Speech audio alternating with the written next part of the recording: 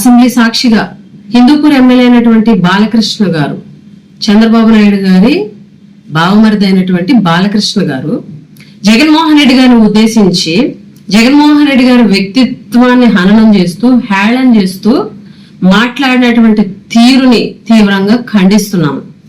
ఆయన ఒక శాసనసభ్యుడు అన్నది మర్చిపోయి, ఆయన మాట్లాడేది ఒక గౌరవ శాసన సభలో అన్నది మర్చిపోయి, సభలో లేనటువంటి జగన్మోహన్ రెడ్డి గారిని ఉద్దేశించి వ్యక్తిత్వ హననం చేస్తూ దూషిస్తూ మాట్లాడినటువంటి తీరు దురదృష్టకరం.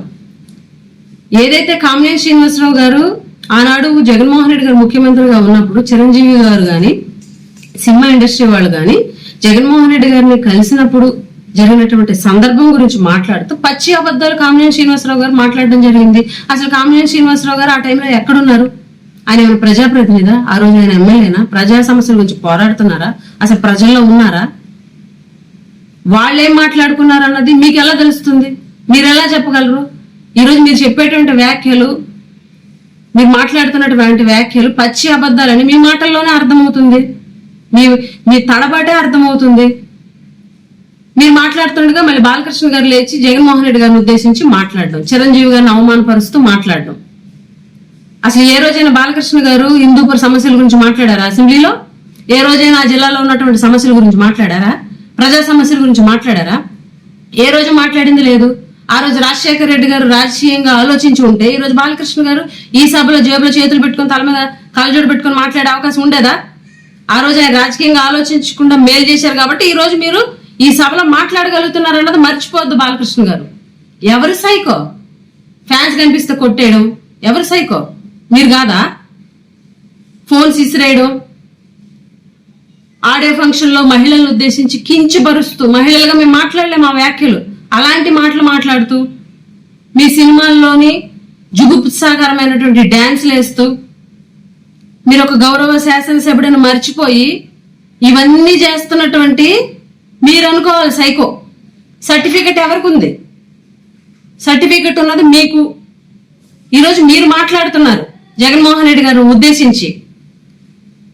ఏదైతే ఇన్ని సంవత్సరాలు కూడా జన సైనికులు గాని, పవన్ కళ్యాణ్ గారు గాని, కూటమిలో ఉన్నటువంటి నాయకులు గాని ప్రతి ఒక్కరు కూడా చిరంజీవి గారిని అవమానించేశారు, సినిమా ఇండస్ట్రీ వాళ్ళని అవమానించేశారు అని ఏదైతే మీరు చెప్పినటువంటి అబద్ధాలు, జగన్మోహన్ రెడ్డి గారు మీరు చేసినటువంటి దుష్ప్రచారం ఏదైతే ఉందో అదంతా తప్పు అని చెప్పి ఈరోజు చిరంజీవి గారి లెటర్ ద్వారాగా తేట తెల్లమైంది.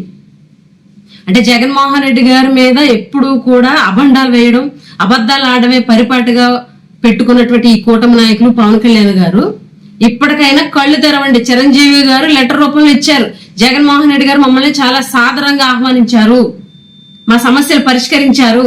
ఆ రోజు మీటింగ్ సందర్భంగా సమస్యల పరిష్కారంలో భాగంగానే నా సినిమా టికెట్ల రేట్లు, బాలకృష్ణ సినిమా టికెట్ల రేట్లు కూడా పెరిగాయన్న సందర్భం కూడా ఆయన అందులో రాయడం జరిగింది. ఇప్పటికైనా కళ్ళు తెరవండి. శాసనసభ అనేది ప్రజా సమస్యల పరిష్కార వేదికగా ఉండాలా, అంతేగాని సభలో లేనటువంటి వ్యక్తుల వ్యక్తిత్వాన్ని హననం చేస్తూ దూషిస్తూ హేళనగా మాట్లాడడానికి కాదు మీరు శాసనసభలో ఉన్నది. ఇప్పటికైనా ఆ శాసనసభని ప్రజా సమస్యల పరిష్కార వేదికగా మార్చండి. అంతేగాని జగన్మోహన్ రెడ్డి గారిని రోజు తిట్టడం 2014 నుంచి 2019 వరకు చేసింది అదే, ఇప్పుడు చేస్తున్నది అదే. జగన్మోహన్ రెడ్డి గారు జపం చేయడం తప్ప మీకు ఏమీ చేత కాదు. ఇప్పటికైనా ప్రజా సమస్యల మీద దృష్టి పెట్టండి. మేము ఒకటే డిమాండ్ చేస్తున్నాం, బాలకృష్ణ గారు జగన్మోహన్ రెడ్డి గారికి క్షమాపణ చెప్పాలా. ఎందుకనంటే ఇంత దారుణంగా వ్యక్తిత్వ హననం చేస్తూ మాట్లాడడం పద్ధతి కాదు.